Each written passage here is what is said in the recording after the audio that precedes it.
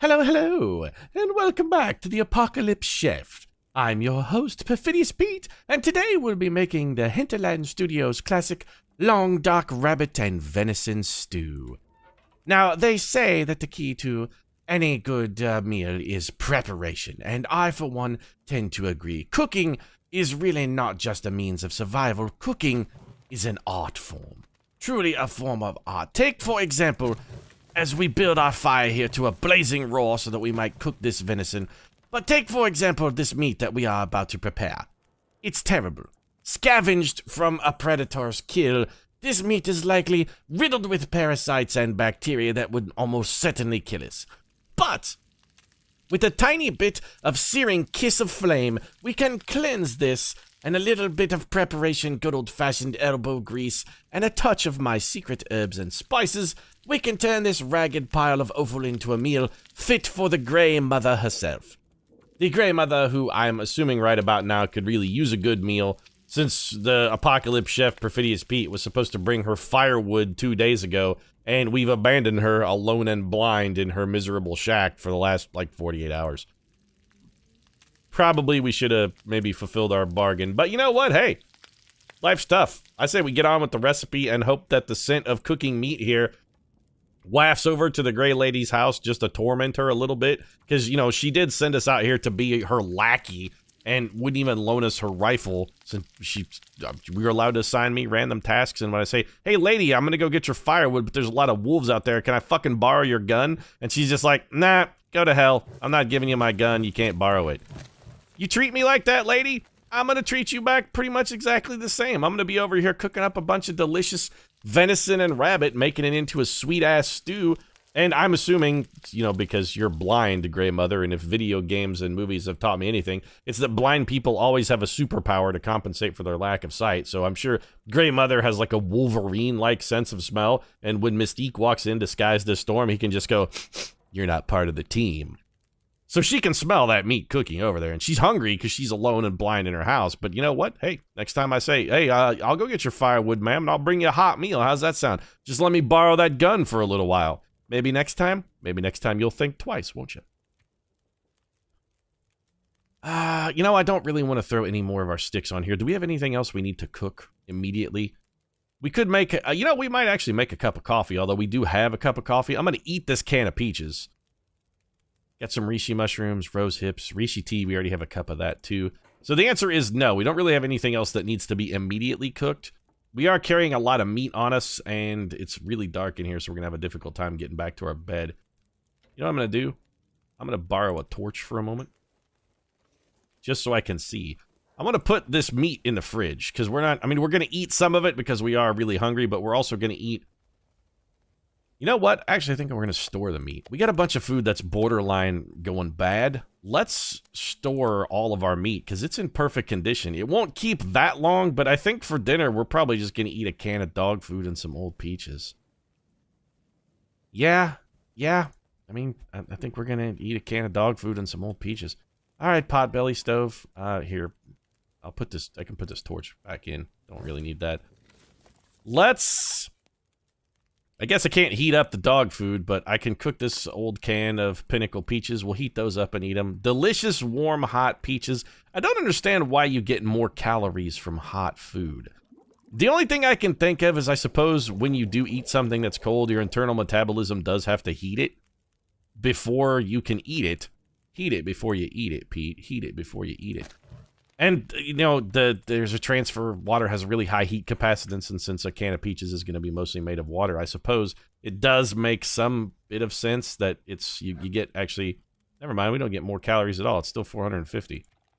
Well, so much for your pseudoscience, Pete. You got nothing. You're an idiot. But you did eat a can of peaches.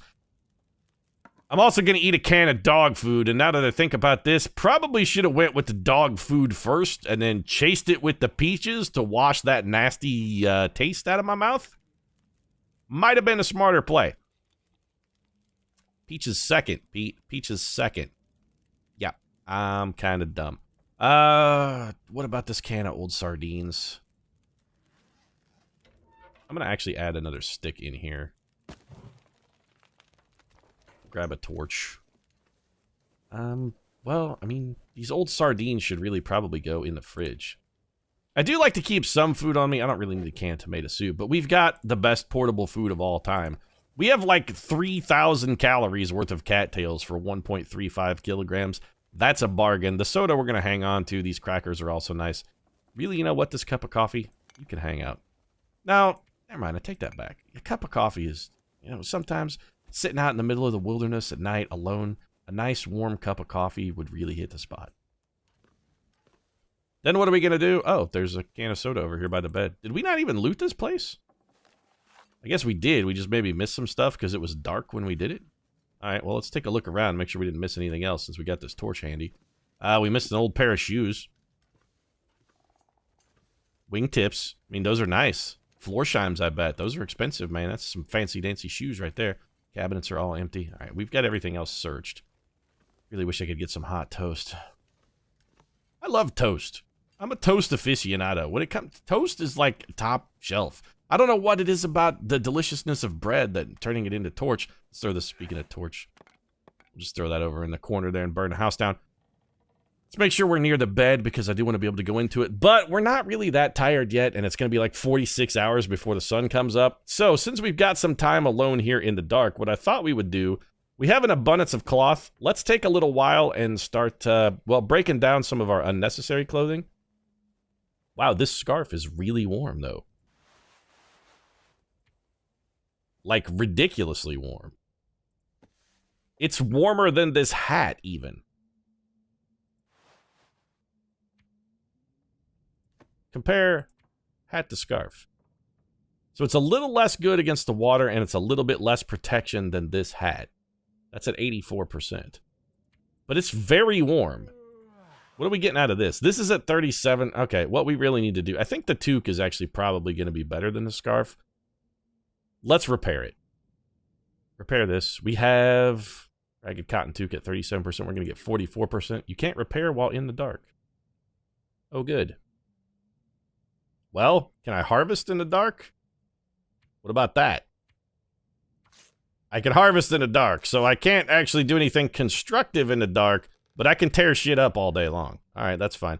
You know what? I'm just going to wear this scarf for now, and we'll keep the toque on us. Do we have any other clothing that needs to be ripped apart? This is where we shred all of our old shit. How's this hoodie? What about these shoes? We've got some new clothing. We got to assess this. All right, let's go to the paper doll. All right, paper doll. The hoodie, let's take a look. How does the hoodie compare to Will's sweater? Negatively. How does the hoodie compare to our new thin wool sweater? Also negatively. Not just a little bit negatively, but like dramatically negatively. And it's in pretty good shape. So decent hoodie, you're getting torn apart.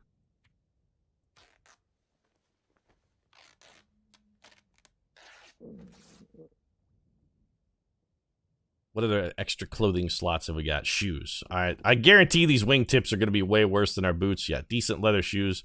They're in good shape, but they're still in vastly worse shape than Will's boots. So these bad boys, yeah, they're getting busted down. Wait, they're warmer than the boots? They are warmer. But they're almost new. They're way less protection.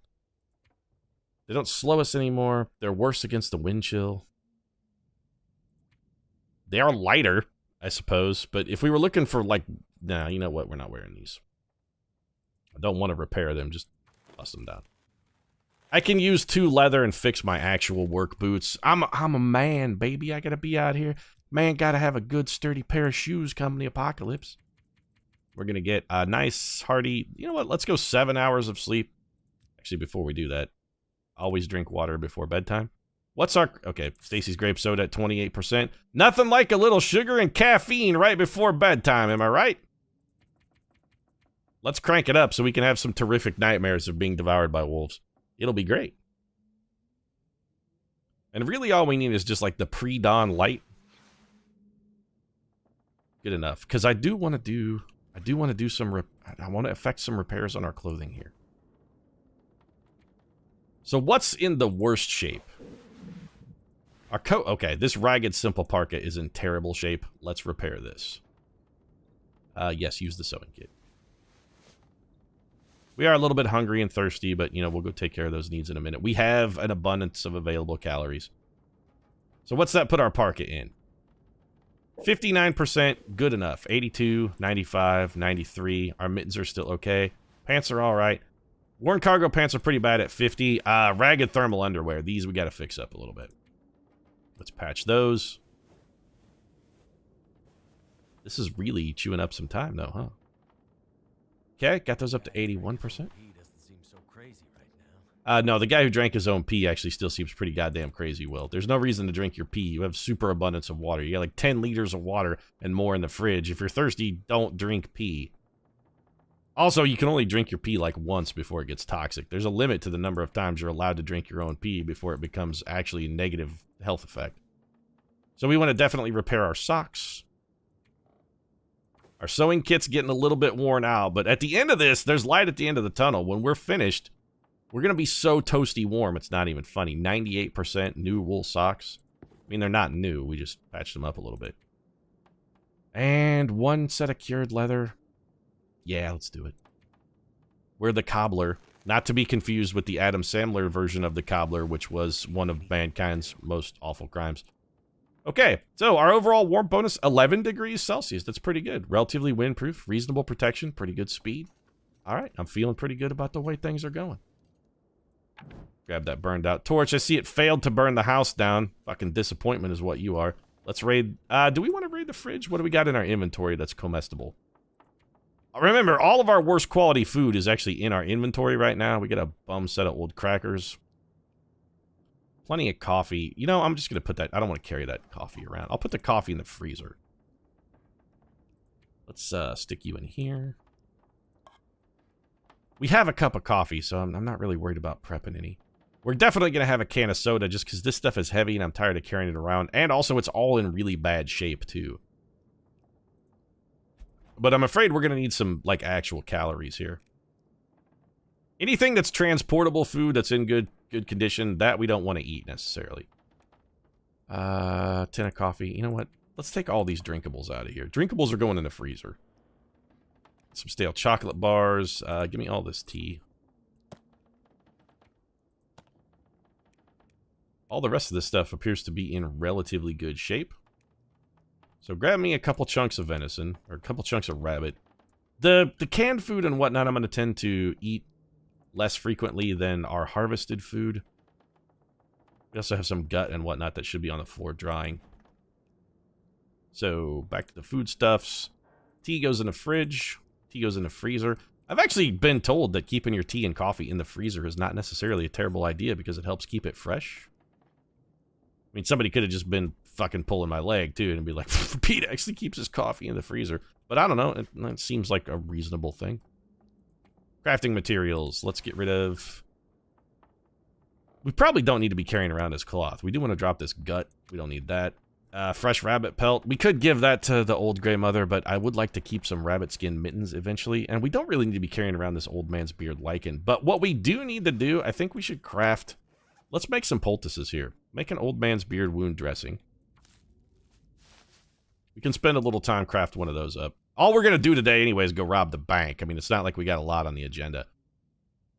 So old man's beard wound dressing. Torches take lantern fuel. They also take sticks, which we're kind of in the interest of conserving.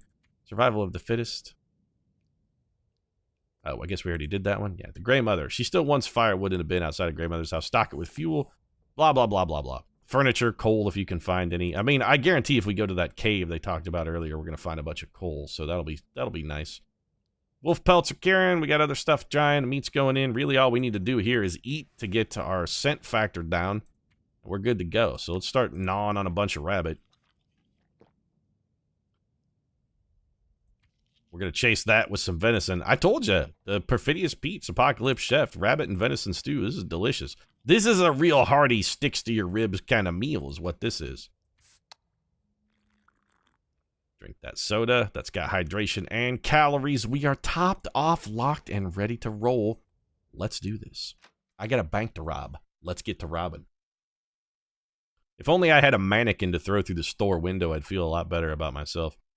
I just don't really feel like you're looting properly if you're not chucking a mannequin through a store window. There's a dead wolf over there that we've gutted. Most of this stuff we have already looted.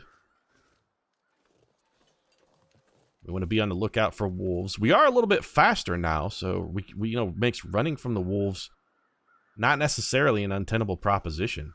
We might be able to outrun one if we can just keep an eye on the houses that we can actually get inside. We might be able to sprint from, like, doorway to doorway or something. Like that house across the street, we can get in that house. See, like that house over there? If we need to break from a wolf, we can just sprint into that house, take cover. This house is not occupiable. That's the post office? Yeah, we've been in the post office. Let's go check out this house. I don't think we've been in here. It's daytime, daring daylight robberies. Does it necessarily constitute robbery when the people who live here just sort of abandon everything voluntarily? I don't know if we're actually robbing. This seems more like scavenging. I think the worst you could charge us with is like potentially looting. Scrap metal. Plus, we're not even really taking anything of value. I'm mostly just picking up old garbage. Picked up a can of lighter fluid and some old scrap metal. Is anybody really gonna miss that shit? Why is this house on the main street of town? Simple tools. Those are a big find right there. Tools are extraordinarily useful. But my question, it goes back to it. Why is this on... This is an old shed. This is like a tool shed. But it's on the main street, the main thoroughfare of Milton. This is what's there. It's just like, hey, yeah, this is our old shed. Is that a hatchet? Nope, it's an old paintbrush, Pete. Alright, well, we've gotten everything useful out of here. I really wish we could grab this wheelbarrow and just start filling it up with shit and shoving a wheelbarrow around. Or maybe like a sled. The devs have been promising the ability to build sleds since very early in sandbox mode development, and here it is, Wintermute story mode official release, and sled still ain't a fucking thing. Still waiting for my sled, guys. Milton Credit Union. Ah, you know, a town this small... By the way, just spitballing a little bit here. This town is little. It's tiny. I would say it's barely a town at all. It's actually more like a collection of rude outbuildings. Why do they have a credit union and a post office? You know, maybe the post office I could see slightly, but the credit union? Does a town of like 12 people really fucking need a bank? Shouldn't they all just be keeping their money in a mattress somewhere? Like in a coffee can buried out back? It really seems more apropos. The town is relatively wolf-free. Maybe it's because we've murdered all of them. Time to go rob a bank! Let's see exactly what this town had in store. Let's see what they were keeping. We got the vault code. I think we already cracked the safe, though. Let's just make sure. We'll go around and make sure we have stolen everything that there is to steal. Cardboard boxes, I'm not really that interested in. I mean, I guess I'll take your old newspapers.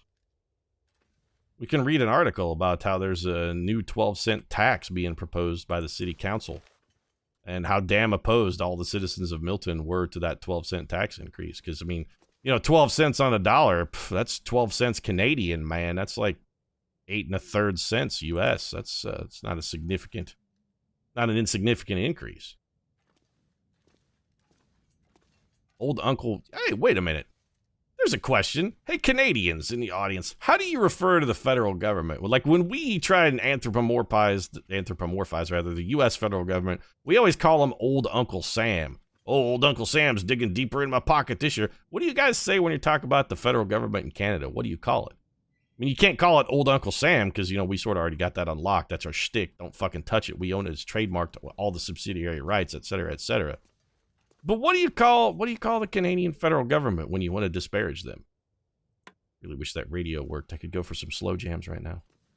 Genuinely curious. Somebody drop down in the comments and let me know what you Canadians call how you anthropomorphize your government. Curious. Oh, we left an old candy bar on the shelf. All right. Another stack of papers.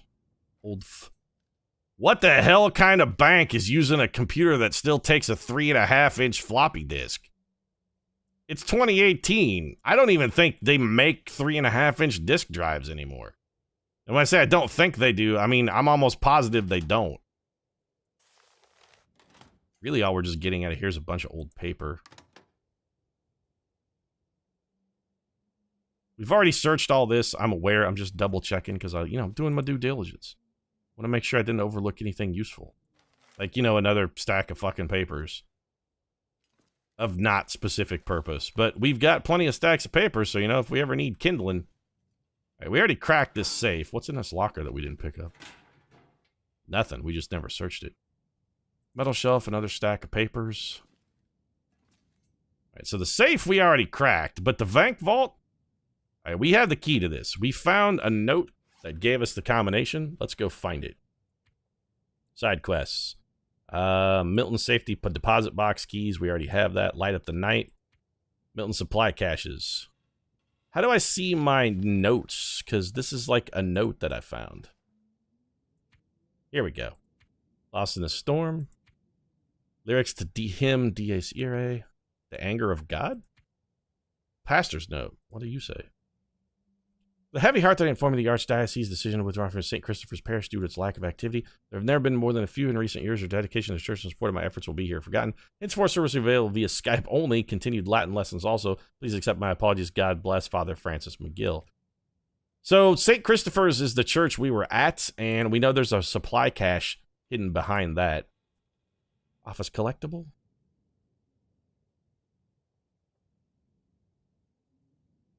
Stop accepting mail at Milton. I don't really care about that. Tearful letter. Yeah, we already read that. Oh, wait. No, the tearful letter had a hint, right?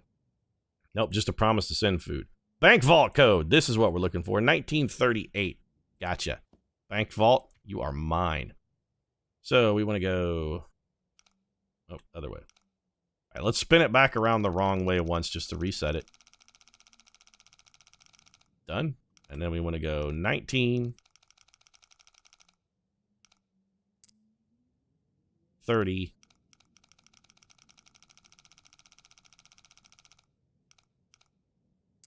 and 8. Also, how come we couldn't try and crack this before? We've done it. The vault is ours! Swag! Days of swag. There's not even any money in here. What have we here? Stacks of old papers. Just a bunch of old paper. That's the only thing that's in this bank at all. Just old stacks of paper. Something good in here? Nope. Just more stacks of old paper. There's not even any money in this vault. We found more money in the cash register at the post office. Some old books. Some metal shelving, some old books, and a cardboard box. That's all we found in the bank vault? Oh, good. Oh, no, we have all of these safe deposit boxes. All right, let's start searching them. I guarantee they're going to be all empty. Wonder if this is any good to eat. Well, it tells you a lot about the people of Milton, I guess. They're stashing candy bars in their safe deposit boxes in a bank vault. That's... sure. Some of them are actually locked. Oh, we have multiple safe deposit boxes that we can open. Okay, interesting. I could use this. So we had the one from... There better be something good in here, by the way. $20. $20 and some flares. $20. Alright, if I didn't think the people of this town were desperately poor before I came into this bank,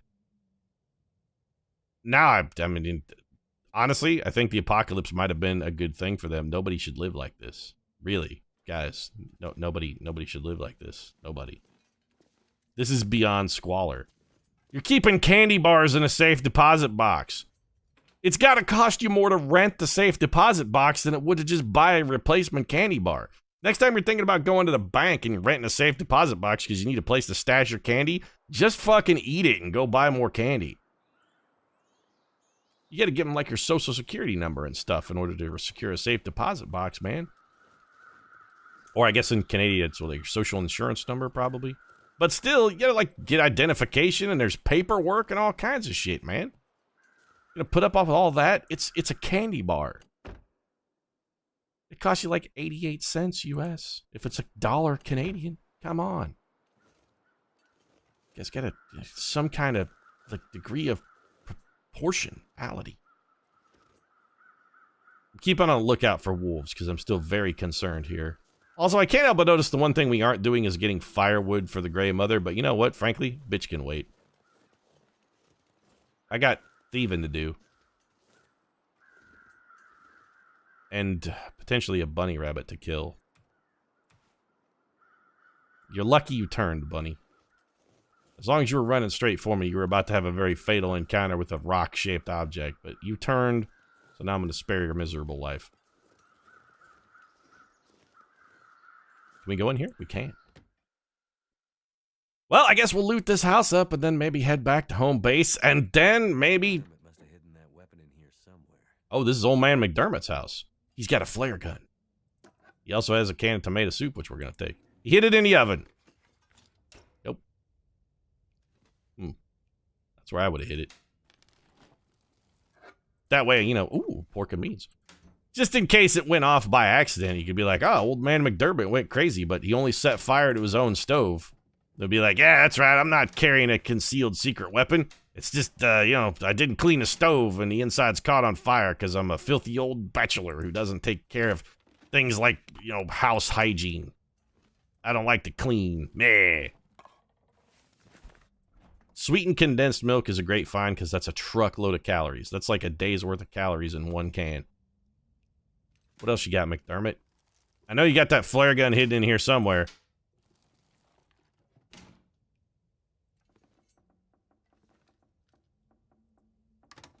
Anything in the microwave? Nope.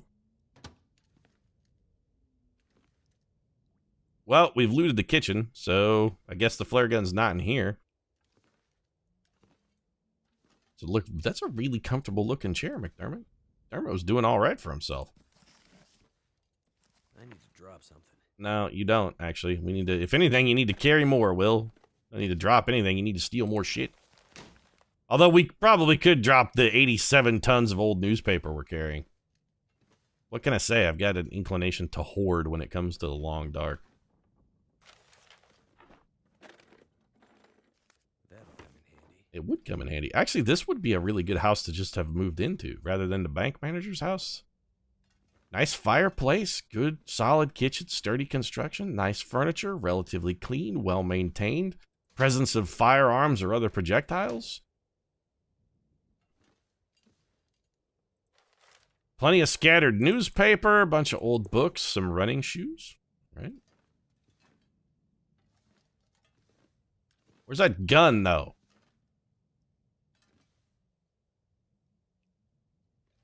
I was told there was a gun here by the bedside. I'd keep it in the bedside dresser. Nope. Well, I guess McDermott's a little more conscious and safety-minded than me, because the bedside dresser actually is where I keep my gun. One of them, at any rate.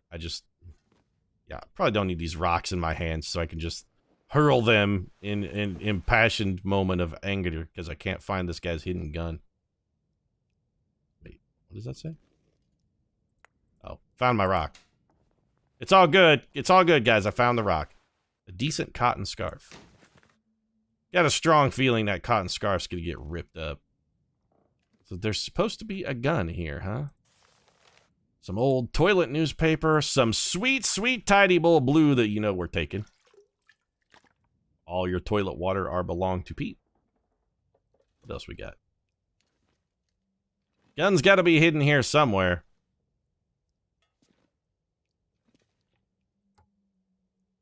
Rip that up.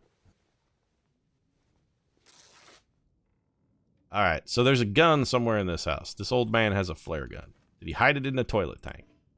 Nope, nothing back there but a bunch of bootleg gin. So where would he have put the gun? There's gotta be behind the TV, maybe like hidden behind a curtain or something?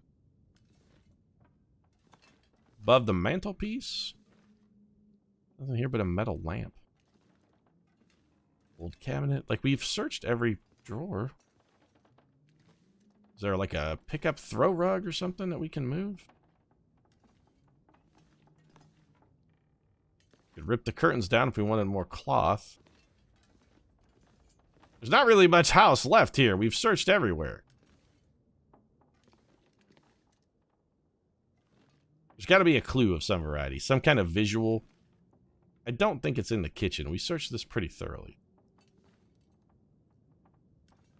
It's got to be in the bedroom, though. So behind a painting, behind a wall socket, hidden behind a lamp, under the bed, somewhere. Let's back up a little bit so we can get an angle on the bed. Is it under the bed? It is not under the bed. Under the pillows or something? Nope.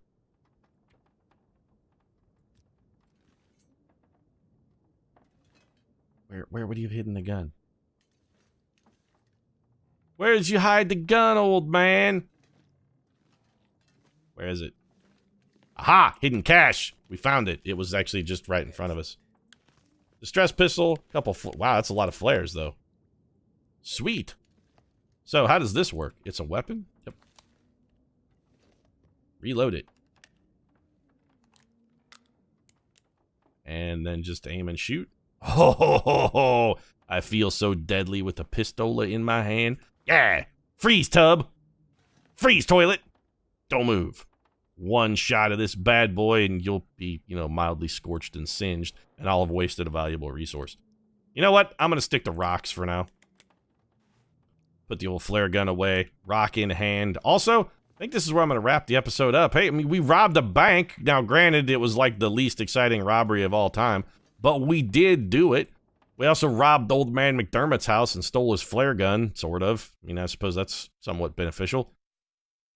All things considered, I feel like it was a pretty good day and a long dark. The one thing we didn't do, of course, was get firewood, which was our only mission. So now that I think about it, just need to come back in the house. But we'll get some firewood next time. It'll be fine. We'll go outside. We'll grab some firewood, haul it to the Gray Mother's house, and that'll be the end of another no muss, no fuss day.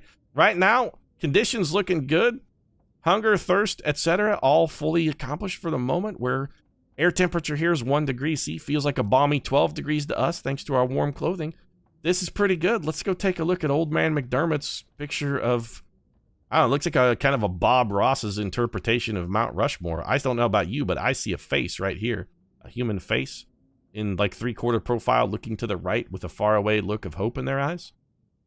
I see it. I hope you see it too. If you enjoyed the episode, feel free to drop a like down in the comment section. Support really does mean a lot. If you'd like to see more pseudo Bob Ross paintings in a frozen winter wasteland, you might consider subscribing as well. New episodes of The Long Dark every Monday, Wednesday, and Friday.